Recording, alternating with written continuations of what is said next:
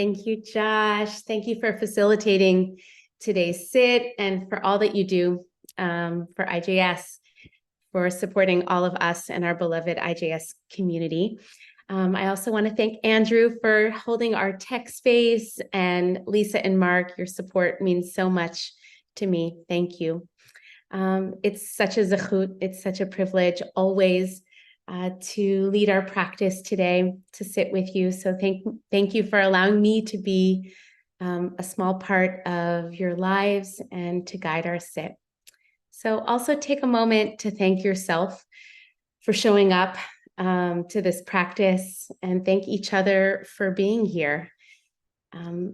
It takes real gvura, friends, real courage and restraint and discipline to commit to being with ourselves, with our experience, with each other across time and space in this practice of being, of wholeness, of healing.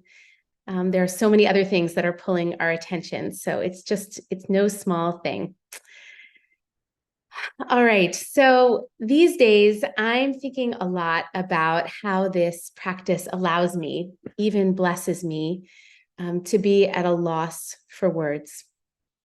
So none of us have to come up with anything wise or analytical to share in the next 30 minutes. You don't need to offer up anything but your own breath, your own heart, your presence. This speechlessness that some of us feel, I know I feel, in the face of what has happened and what continues to unfold, I think is actually a sign of our humanity. And this is a time to rest in our humanity. As we learn in Kohelet and Ecclesiastes, et lachashot ve'et ledaber, there is a time to be silent and a time to speak. And for now, we commit to just a little bit of silence. So let's just begin by sitting. Make yourself comfortable with any support that feels nurturing or necessary for you. Just taking a moment to reconnect with yourself, with your body, your spirit. Take a moment, if you wish, to stretch in any way, to move around so that your breath can be fully dimensional and can move easily through the body.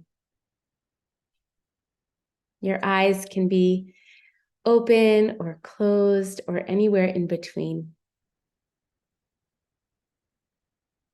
And when you feel called into this practice of stillness, feel yourself plugging in to whatever you're being supported by. A cushion, chair, the ground, source.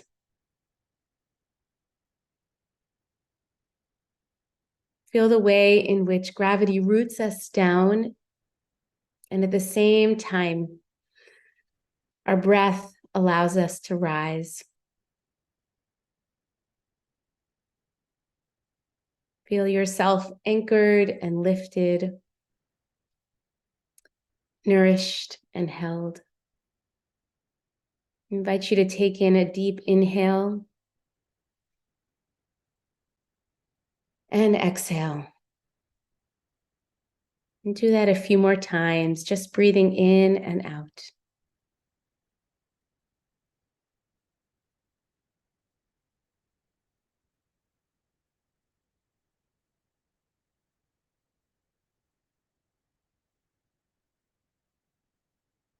And as you begin to swim in a steady stream of breath, not overly controlled, just allow that stream to wind its way around the mountains of your inner experience, carrying you into the deeper places of you. Let's commit over the next little bit to this experience of feeling rather than fixing.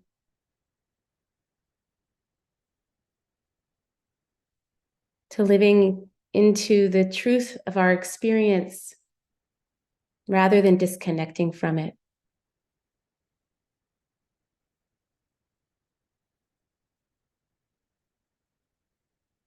Take one more moment to sense yourself being held by the structure of your own body, by the earth, and by all those who are gathered here in this moment. And perhaps also by all those who may not be here, but whose hands we feel on our backs.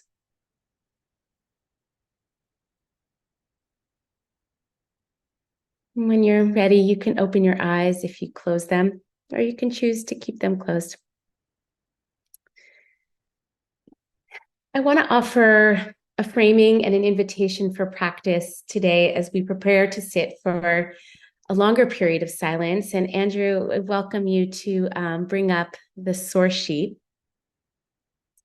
One of the Psalms that I have come back to again and again during these last weeks is the 23rd Psalm. Rabbi Harold Kushner of blessed memory wrote a beautiful book, actually totally centered on this psalm, in which he commented, and I'll just read this quotation from the book. We can read the 23rd Psalm as a drama in 3 acts. Act 1 is serene, pastoral. The psalmist feels safe and secure, and he thanks God, his faithful shepherd, for providing him with that security. Act 2 turns dark and stormy.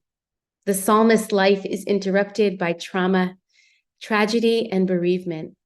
Instead of dwelling in green pastures by still waters, he finds himself alone in a dark valley.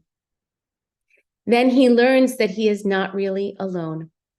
He comes to see God not only as the source of good things in his life, but as the source of comfort and consolation in hard times. He comes to understand that only because God was with him was he able to find his way out of the darkness. He learns, as all of us who have gone through hard times learn, that the sunshine we step into when we have found our way through the valley of the shadow is infinitely sweeter than the sunshine we had basked in during our carefree, cloudless days.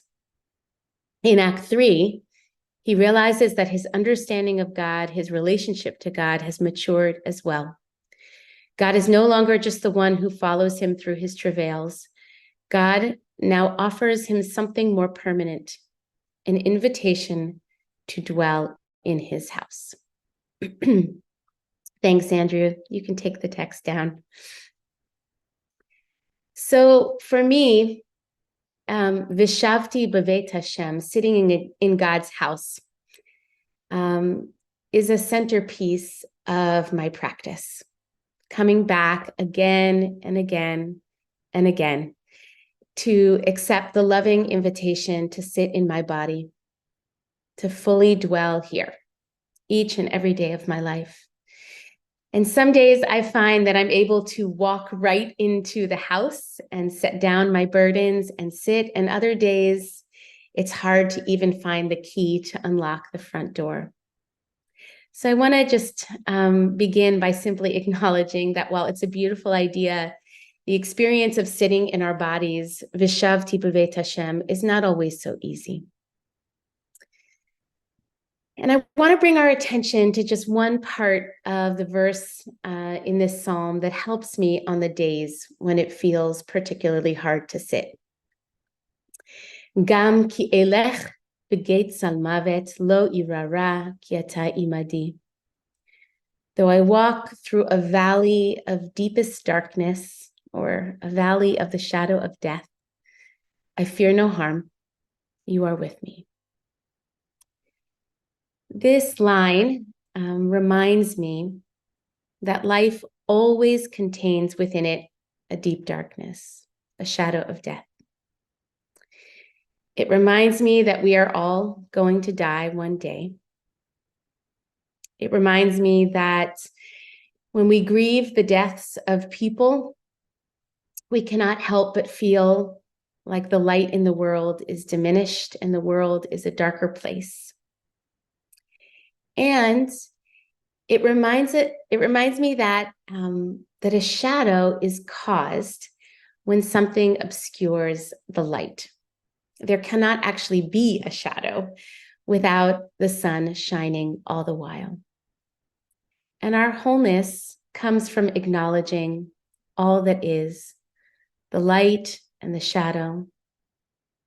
We know this from our practice. Life is not only comprised of peace and joy and pleasantness, it's all the things, darkness, pain, and loss, and everything in between. And finally, this verse reminds me that I am to walk through this valley. It's not possible nor advisable to bypass it. And I don't want to be one of those people who was hurt by life and chooses to remain stuck in the shadow. I want to make it out and feel the sunshine on me again. And that means putting one foot in front of the other and walking. Our eyes require the light. Our bodies require sunshine. We're not made to live in the darkness, at least not all the time. So while we cannot avoid moving through periods of darkness, and this is certainly one of them for many of us, our tradition teaches that we can find strength and comfort in knowing that we are not alone. So I invite us to take each other's hands energetically and keep walking together. All right, let's practice. I invite you to find a good seat once again. This is a shape in your body in which you can feel both relaxed and alert. Allow your eyes to close or your gaze to soften, and take a couple of cleansing breaths. Breathing in and out. See if you can soften any places in which your body habitually stores tension or worry, even ever so slightly. And when you feel ready to create some stillness, feel your body starting to receive the support of the earth. Feel it underneath you, feel it moving through you.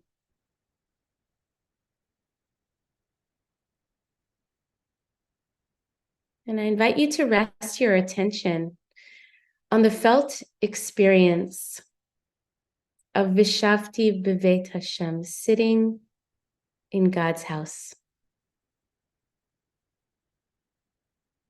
Take a moment to notice what you notice, what it's like to sit here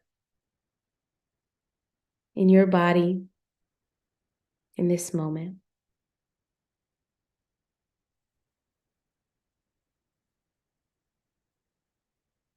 And if it feels difficult in any way, maybe allow yourself to rest in the awareness that this moment may be a Getz al Mavet. It may be a shadow. It may be a deep darkness.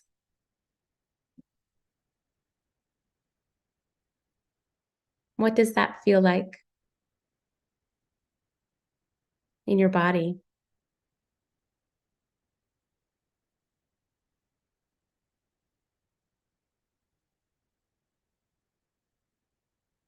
But also remember that even in the shadow, the light is shining.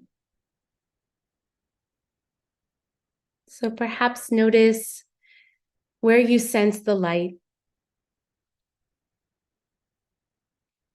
Maybe in the glimmers of light beneath your closed eyelids. Maybe in the warmth and glow of sitting in community. Maybe in the soft embers of your heart.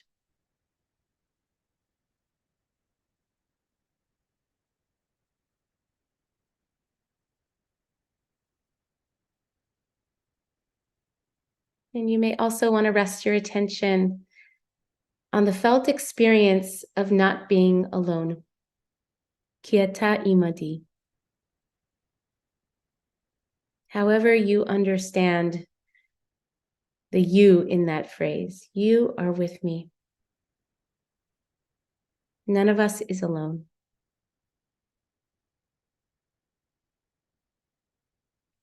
As we continue in silence, I invite you to just notice what you notice.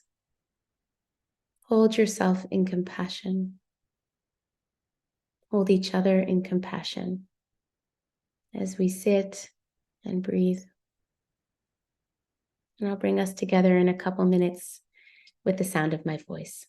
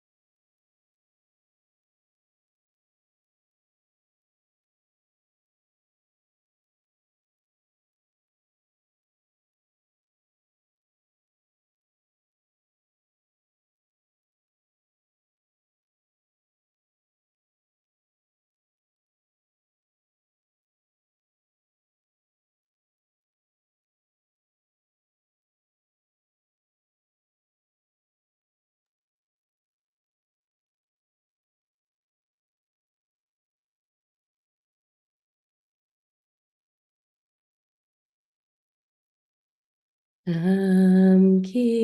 ele Tegetz al mavet Lo irara Ki ata imadi Yaida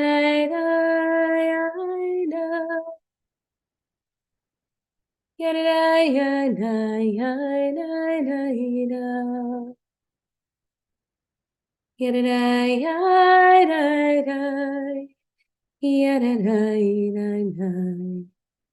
yada yada yada yada. Begin to deepen your breath, just as you might lovingly touch the mezuzah as you enter or exit your house. I invite you to place one hand on your heart in this time of mourning, of fighting, of organizing, and yes, of terror still unfolding. May we continue to find moments to turn inwards and towards one another. May we have the courage to let ourselves feel speechless in the face of such tragedy. And when we do speak, may we choose our words wisely. May they be imbued with compassion. Adonai oz le'amo yitain. Adonai yivarech et amo v'shalom. May God grant our people strength. May God bless our people and all people with peace. Shalom.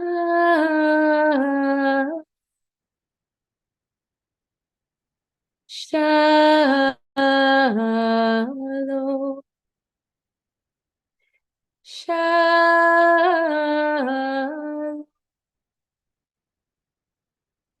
Shalom.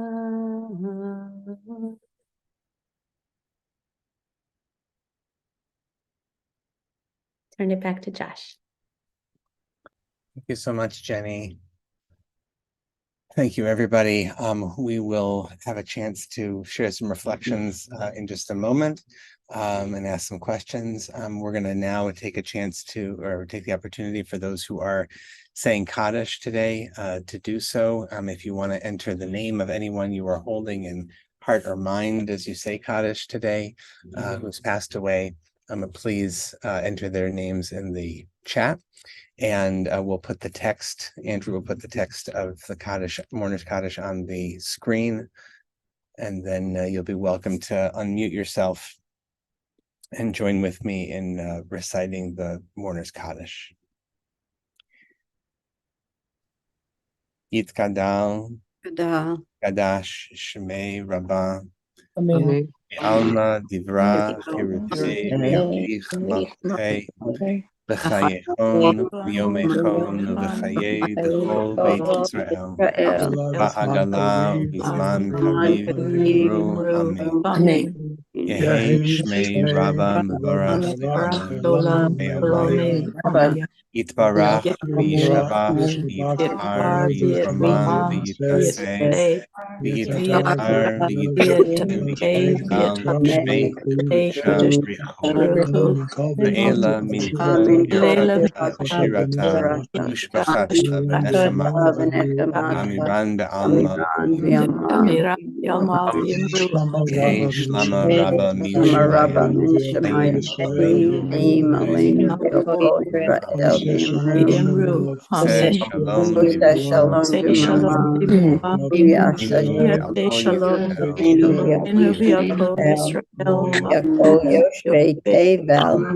Amen. Amen. Amen. Amen. All right, thank you. Everybody, there we go. Okay, so thank you, everyone. If you need to leave us, we wish you tzedchem l'shalom, farewell, and welcome you back tomorrow or anytime at 12:30 Eastern. We'll be here.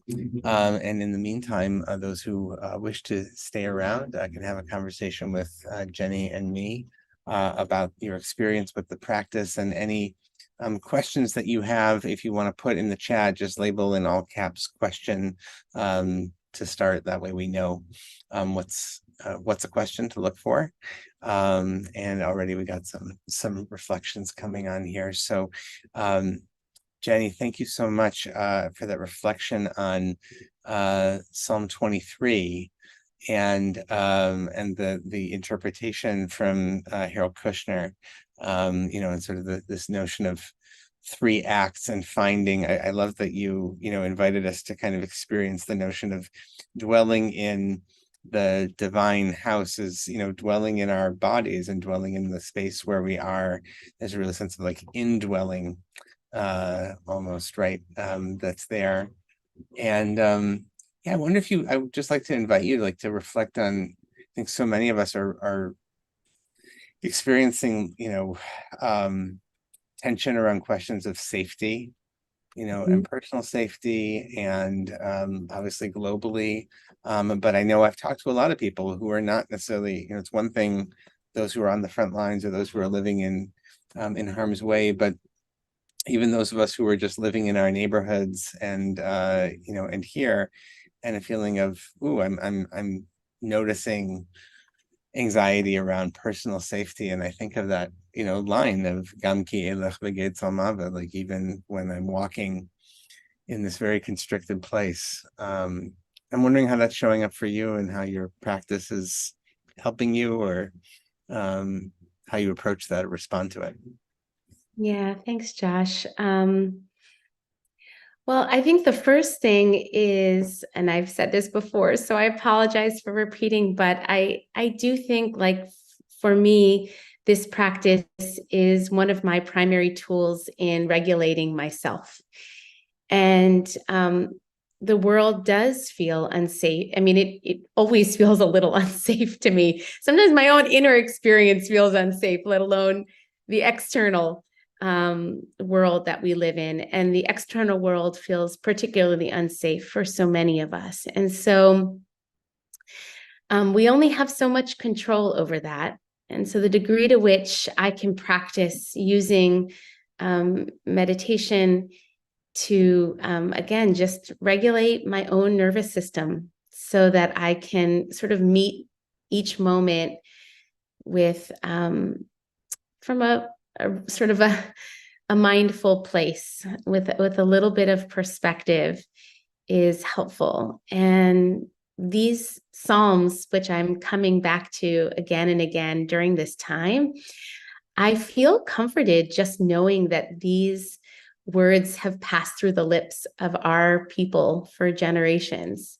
And there's something just comforting to me about knowing that. I'm not the first person to stand in a moment of darkness, to feel tempted to despair. And I'm not alone here in this moment either.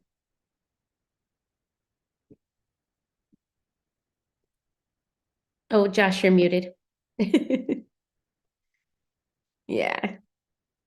There we go. Okay.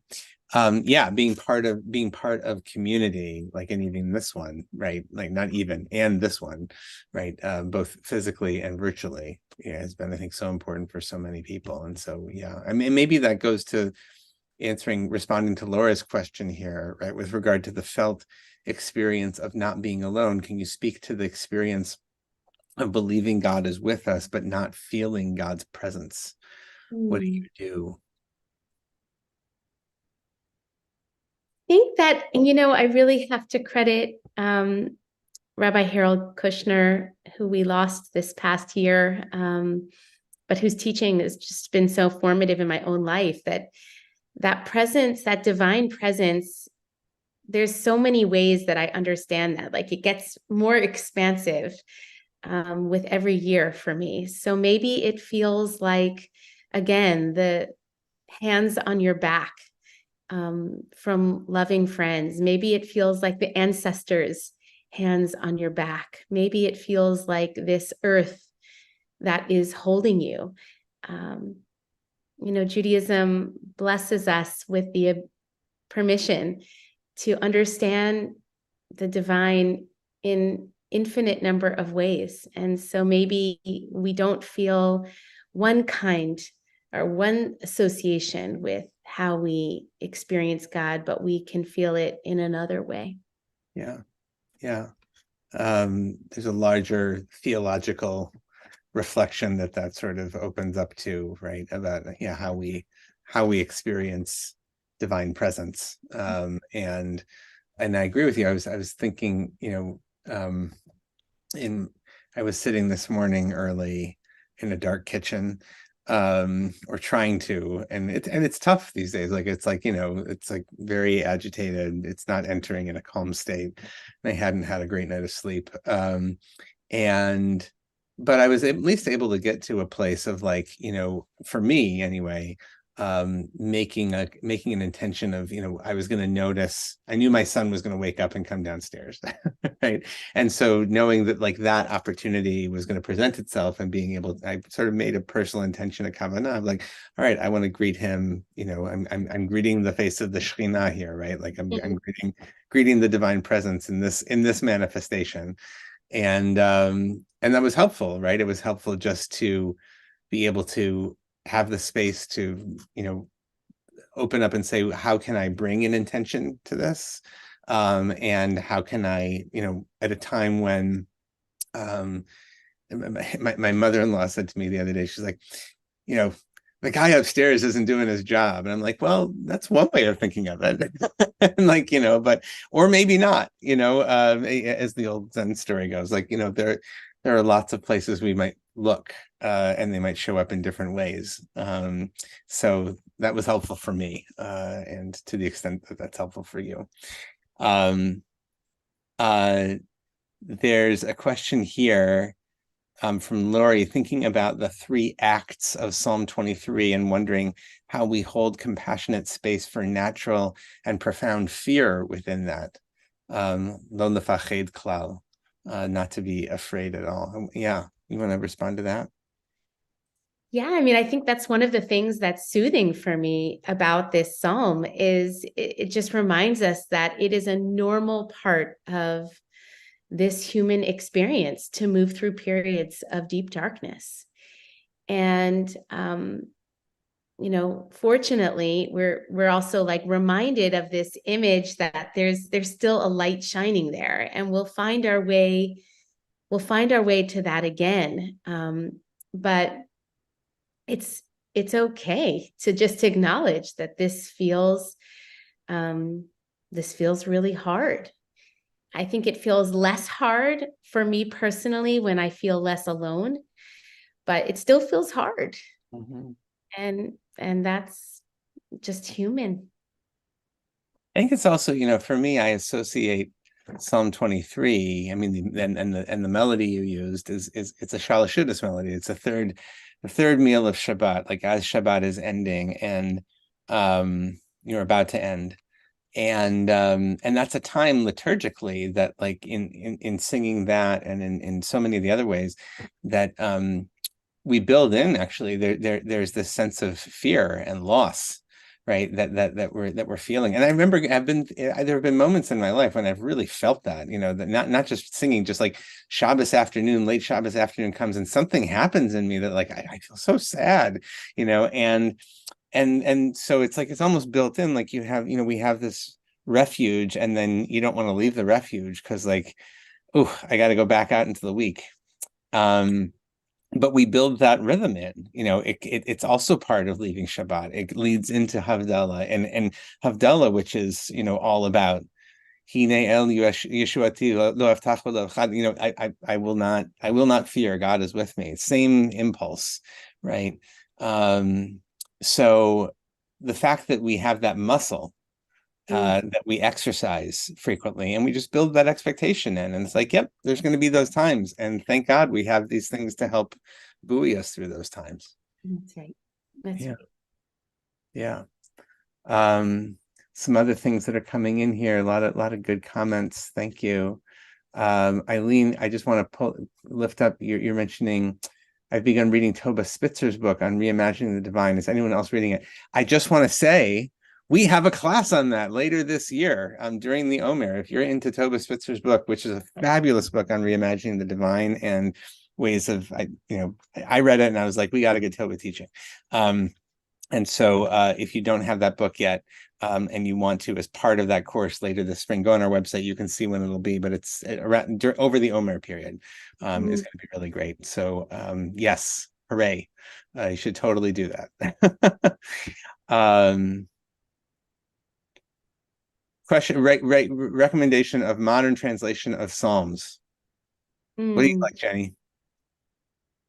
I don't have anything creative. There are beautiful ones out there. There's Robert Alter, right? For sure, is certainly one, which is now part of his whole translation of the Bible. But that's a wonderful one. You can probably find a lot online. Like there's probably a gazillion different translations if you just Google translations of Psalms. Norman Fisher, right? Norman Fisher, yeah. Yeah, Great. from about 20 years ago is a great one. Absolutely. Those are both wonderful. Let's see, anything else here? Comments about singing helps shift energy, Carol says. Yeah, absolutely. Okay. Oh, there we go. Thank you. Yeah, thanks, Andrew. Our course with Toba is going to start April 14th. And we'll have live sessions on Thursdays. So that's great. Yeah, more suggestions here. Rami Shapiro, Reb Zalman. These are translations of Psalms. Great. Okay, keep them coming. This is great. Crowdsourcing. Yeah, it's amazing. It's amazing. Yeah. Beautiful. But and I'm certainly not the first to say this, but the Psalms just remind us of the fullness of our human experience. And so they're a beautiful place to come back to. And again, remember that we're not the first people to feel these things, that all these feelings are welcome. And I find strength from that, from just being reminded that I can gather in my bits and leave nothing out, and that it all belongs. It's all okay here. That gives me a lot of strength. Yeah, this is great. We should make sure we could put these in a Facebook post. There's a question here from Shira about David Zeller's song. I believe the thought is "Don't make yourself afraid," which is reflexive in Hebrew. Doesn't that mean don't make yourself more afraid? You want to comment on that one? So I think that Shira is referring here to the Rabbi Nachman teaching about, the way that the common melody goes is lo lefached klal, that we should not fear at all, which of course is a tall order. But I think the Rabbi Nachman original Girsa version is lo lehitpached, not to make ourselves more afraid, it's a reflexive verb, not to paralyze ourselves with fear, not to make ourselves unnecessarily afraid beyond the natural human experience of fear. And that's a really important distinction. Yeah. From a lyrics point of view, for singing, Lo Lefached Klal works much nicer, right? It's fewer syllables, and so it just rolls off the tongue a little easier, and that may have something to do with that. But yeah, it always reminds me of like that distinction between pain and suffering, right? So there's the inevitability of experience of pain, and then there's the sort of suffering that we sometimes layer on in our resistance to that experience of pain. And so too with fear, it's part of how we're wired miraculously. It's important, actually. And then the question is, how do we train in not piling on fear, so that it actually prevents us from sort of moving in the world in the most wholesome and adaptive ways. Mm. Yeah, there's a note here from Wendy, the idea that worry is the interest we pay on trouble. Mhm. Yeah, that's a good way to put it. That's a good way to put it. All right. Yeah, and don't doom scroll. Easier said than done sometimes, Harris. But we were just kicking around ideas for a course next year, and I was thinking, mindful social media might be a really good one. So anyway, we'll think about that. Thanks everybody for joining us today. Oh, sorry, there's one more question from Lima. We would get it out of the wire. While it is comforting to know that I am not feeling new and unique emotions and experiences, part of the experience is deep disappointment in the world, that the world is not changing. Yeah.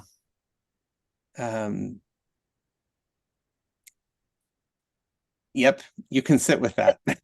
I guess that's my answer. I'm not gonna give you false hope here, right? We're not here to peddle that. We're trying to be honest about what is. And this is where we are right now. And who knows, right? Who knows? And someone pointed out to me early in this war, in 1973, in the middle of the Yom Kippur War, nobody could imagine that, within 4 years, the president of Egypt would be speaking in the Knesset, and so who knows? Who knows what may happen? We never know. And each one of us has some agency, and this practice can remind us of our own agency, of who we want to be in the world. That is not to be underestimated. That's right. So thank you, everybody. We'll be back tomorrow. Mark will be back tomorrow, same time and channel. And until then, blessings for well-being and safety until then. Thanks so much, Jenny. We'll see you. Josh. Okay.